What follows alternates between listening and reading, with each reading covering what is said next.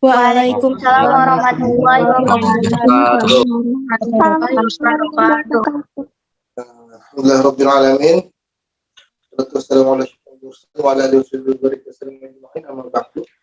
Alhamdulillah kita bertemu lagi pada Ta'lim Tauhid dengan kitab Kifayatul Muqtadiin fi I'tiqadil Mu'minin.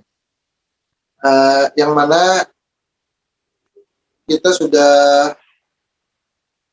selesai membahas di pertemuan-pertemuan sebelumnya atau taklim tauhid sebelumnya, itu sudah masalah sifat 20 dan juga untuk sifat wajib bagi Rasul. Sebelum kita lanjutkan, marilah kita membaca Suratul Fatihah, yang mana kita hadiahkan surah Al-Fatihah ini untuk pengarang kitab Kifayatul Muqtadiin fi I'tiqadil Mu'minin, serta kepada guru-guru kita, seluruh keluarga kita, baik yang mendahului kita maupun yang ada yang sekarang. Al-Hadiniyah Al-Fatihah. A'udzu billahi minasyaitonir rajim. Bismillahirrahmanirrahim.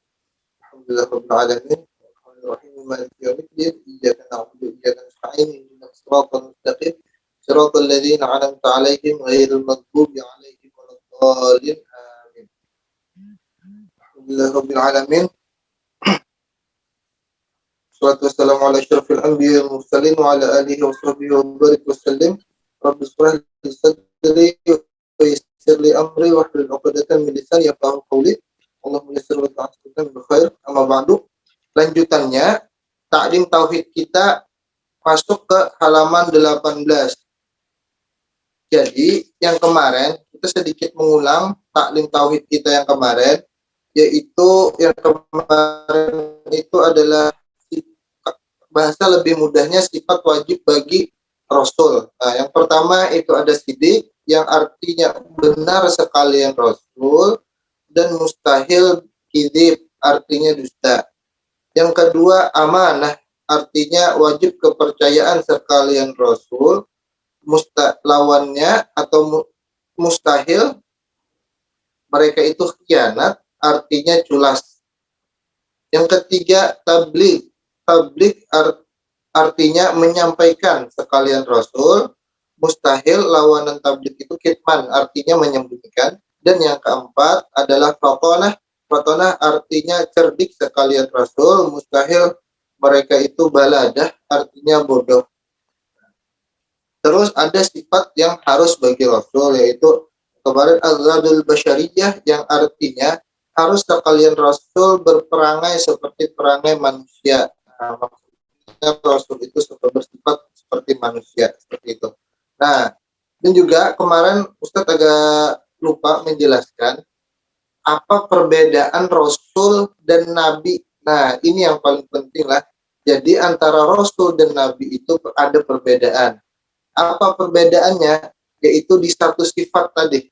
Kan ada 4 sifat, ada 5 sifat, 4 yang wajib, 1 yang harus. Yang wajib tadi apa? Sidik, amanah, tabligh, fatonah. Yang harus tadi apa? Satunya itu adalah al-radul basyariyah, atau bersikap atau berperangai seperti perangai manusia. Nah, jadi itu kan untuk wajib sifat dan harus bagi Rasul. Terus perbedaannya dengan Nabi adalah itu bedanya itu al-farqu bainan nabi wa rasul. Bainar rasul wa nabi itu adalah buat tabligh. Nah, ada itu tabligh, yaitu menyampaikan. Jadi Rasul itu wajib menyampaikan apa yang disampaikan. Yang disampaikan itu adalah risalah, wahyu-wahyu yang diturunkan oleh Allah Ta'ala dari malaikat itu kepada Rasul tersebut. Itu wajib disampaikan kepada siapa? Kepada umatnya Rasulullah SAW. Siapa Rasulullah? Untuk yang kita ketahui, untuk di malaikat. Nabi yang wajib kita ketahui itu ada 25 Nabi dan Rasul. Dari 25 itu tidak semuanya itu Rasul, tapi 25 itu semuanya Nabi. Jadi itu bedanya lah, menyampaikan kepada umatnya. Nabi bangsa menyampaikan juga lah. Nabi menyampaikan, tapi tidak diwajibkan. Nah, itu bedanya. Kalau Rasul diwajibkan untuk menyampaikan Rasulullah, kalau Nabi tidak diwajibkan. Nah, itu sedikit kita mengulang untuk pembelajaran atau taklim tauhid kita pada pertemuan sebelumnya. Lanjut, itu kita pada halaman 18.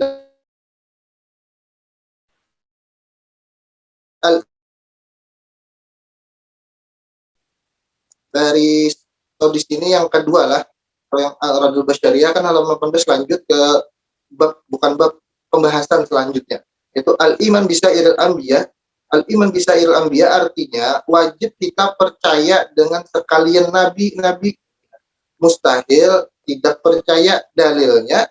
Fa'aminu billahi wa rasulihin nabiyil ummi wattabi'uhu la'allakum tahtadun. Artinya, berimanlah kamu dengan Allah dan Rasulnya. Nah,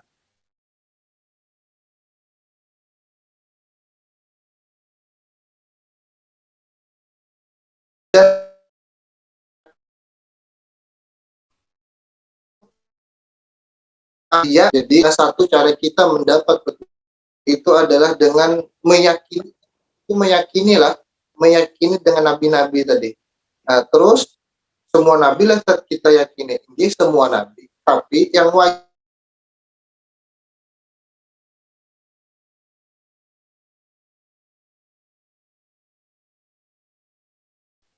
itu,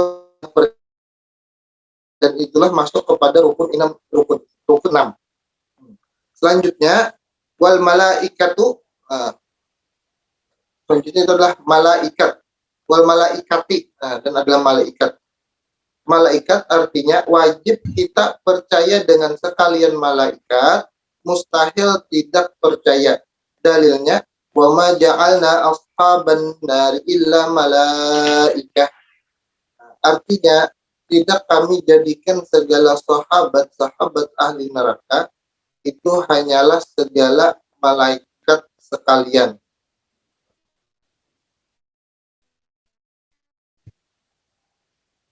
Nah, lanjut wal kutubus samawiyah. Nah, selanjutnya itu kitab yang artinya wajib kita percaya sekalian kitab-kitab yang diturunkan dari langit. Mustahil tidak percaya dalilnya tanzilul kitabi minallahil azizil hakim. Artinya bermula turunnya kitab itu adalah dari Tuhan yang bijaksana. Nah, terus untuk malaikat tadi kan sudah pian ketahui, bukan pian sudah dari kecil sudah mengetahui bahwasanya iman kepada malaikat itu adalah wajib, salah satu dari rukun iman yang 6. Dan nama-nama malaikat juga sudah pian ketahui dari Jibril, Mikail sampai seterusnya, Malik dan Ridwan. Terus kitab-kitab samawi. Nah, kitab-kitab samawi di sini adalah Quran, Injil, Taurat, dan Zabur. Nah, terus Ustaz, kalau Injil yang wahini pun kayak apa Ustaz? Atau Taurat yang wahini kayak apa Ustaz? Atau Zabur yang wahini kayak apa Ustaz? Itulah bedanya kitab samawi yang lain seperti Injil, Zabur, dan Taurat dengan Al-Quran. Bedanya apa? Bedanya keoriginalan atau keaslian dari kitab-kitab samawi yang terjaga sampai sekarang itu adalah kitab Al-Quran. Nah, itu terjaga keasliannya. Dari pertama kali turun sampai sekarang, bahkan sampai detik ini dan akan datang. Itu terjamin keasliannya. Terus, kitab-kitab yang lain seperti kitab Injil, Zabur, dan Taurat itu diragukan atau hampir tidak bisa kita temukan lagi untuk yang otentik atau yang original dari kitab tersebut apa. Makanya itu salah satu bentuk atau cara menjaga keoriginalan atau keaslian kitab itu apa? Bagaimana? Salah satu caranya itu adalah dengan menghafal. Makanya itu salah satu tujuan program tahsin tahfiz di SMP plus Ikra Madinatul Ilmi itu sebenarnya bukan sekedar menghafal dan lain-lain.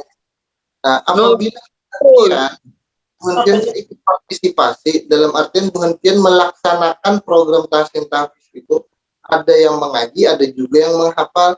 Ketika bukan pian menghafal Al-Quran, walaupun juz 30 lah, ada beberapa yang lebih dari juz 30, juz 29 ke atas dan seterusnya, itu Bu Pian sudah melaksanakan salah satu firman Allah Subhanahu wa taala yang mana Al-Qur'an itu akan dijaga sampai hari kiamat nanti. Nah, salah satu bentuk menjaganya itu dengan menghafal. Apabila Bu Pian menghafal, itu Bu Pian sudah melaksanakan atau melakukan perintah Allah yang mana menjaga Al-Quran itu. Jadi menjaga Al-Quran itu bukan hanya sekadar misalkan Bu Pian ini anggap ini Al-Quran, Bu Pian jaga, Bu Pian ikuti, Bu Pian pegang seperti ini. Nah, itu bukan seperti itu bentuk menjaga. Itu salah satu juga. Tapi bentuk menjaga yang sesungguhnya itu adalah dengan cara dihafal. Nah, dan juga ini untuk semua lah, Al-Quran itu kitab suci dan kalamullah, sangat tidak elok atau sangat tidak enak dilihat apabila diletakkan di tempat-tempat yang setara duduknya dengan kita. Kemarin, Ustadz, bukan kemarin, dulu, Ustadz pernah melihat ketika masa-masa zaman kita belum ada pandemi kan, kita bisa melakukan aktivitas di sekolah seperti biasa, kita pagi mengaji sebelum ada pandemi, itu ada meletakkan Al-Quran itu di lantai. Nah, itu sangat tidak ada etika atau tidak ada adabnya, kita tidak menghargai Al-Quran. Jadi Bu Pian memegang atau menempatkan Al-Quran itu harus lebih tinggi daripada baik tempat duduk atau duduk. Nah, juga ketika kita belajar online juga kita sering menemukan Bu Pian itu meletakkan Al-Quran di atas paha seperti ini. Nah, seperti ini meletakkannya. Nah, kalau Bu Pian letakkan seperti itu di atas paha, itu juga tidak ada etikanya juga, atau Bu Pian kadang menghormati Al-Quran itu sebagai kitab suci kita dan firman Allah. Nah, jadi minimal Bu Pian pegang kitab Al-Quran itu jangan Bu Pian letakkan di atas paha. Nah, karena itu sering terjadi dan Ustadz juga pun sering melihat ketika dulu Bu Pian masih bisa bersekolah, beraktivitas di sekolah seperti biasa, mungkin ada beberapa orang yang meletakkan di bawah juga. Nah, seperti itu. Nah, dan juga ketika Bu Pian di rumah juga diharapkan untuk meletakkan Al-Quran itu di tempat yang lebih tinggi daripada tempat duduk Bu Pian. Seperti itu. Nah, lanjut. Wa yaumil akhiri. Nah, itu adalah terakhir iman juga, artinya wajib kita percaya dengan hari kiamat. Mustahil tidak percaya, dalilnya wa anna sa'ata atiyatun la raiba fiha. Artinya bahwasanya masa kiamat sesungguhnya lagi akan datang, tidak syak padanya. Nah, tidak syak ini kalau tidak, jadi maksudnya tidak syak itu kada ada ragu padanya, artinya kada ada ragu itu berarti yakin tentang hari kiamat. Terus selanjutnya kita lanjut lagi di halaman 19 itu kan ada tabel. Halaman 19 itu ada tabel, yaitu tabel itu la ilallah, kalimat la ilaha illallah, yang mana artikan kalimat la ilaha illallah itu per kata. Yang pertama la, kalimat nafi, artinya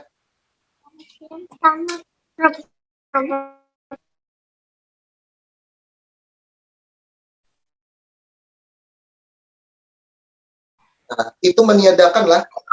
Buku seperti ini, yang ini kan ada elang ini, yang itu artinya kalimat di bawah itu kalimat nafi, artinya meniadakan, itu huruf mim. Jadi kalau Bu Pian itu bingung seperti garis biasa itu huruf mim, meniadakan. itu kalimat nafi artinya meniadakan.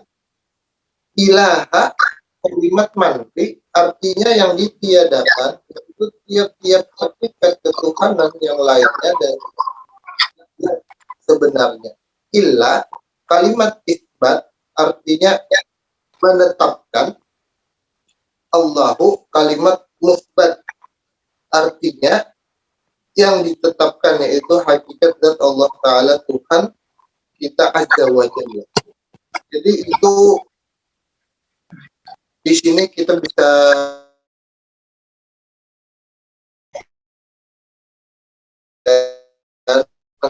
nanti ada benar pelajaran di dalam pelajaran pondok pesantren itu ada namanya pembelajaran nahu, yang mana nahu ini ya seperti ini gambaran nahu yang menjelaskan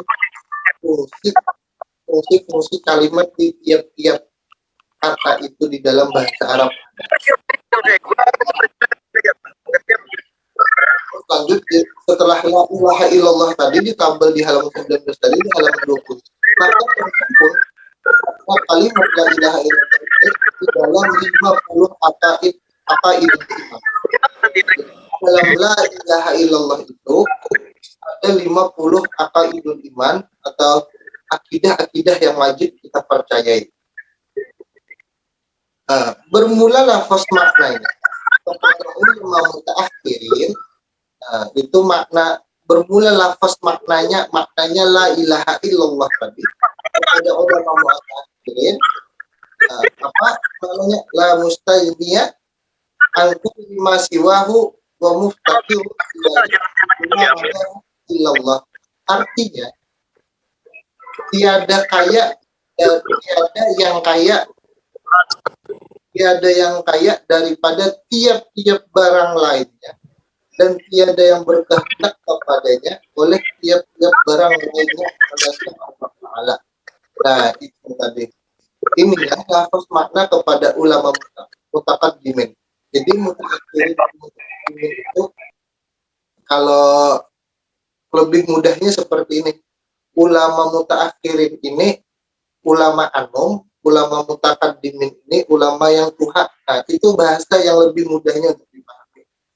Nah, tapi di sini kalau untuk ini yang untuk zaman yang dahulu lah, untuk yang zaman sekarang bukan berarti yang anum itu mutaakhirin atau ulama tuha yang sekarang itu mutaqaddimin itu ulama tuha bukan sekarang. Tapi ini untuk kita berbicara ulama-ulama zaman dulu yang seperti zaman imam yang 4, imam mazhabul arba'ah, imam mazhab yang 4. Nah, itu ada terbagi mutaakhirin dan mutaqaddimin. Nah, inilah karena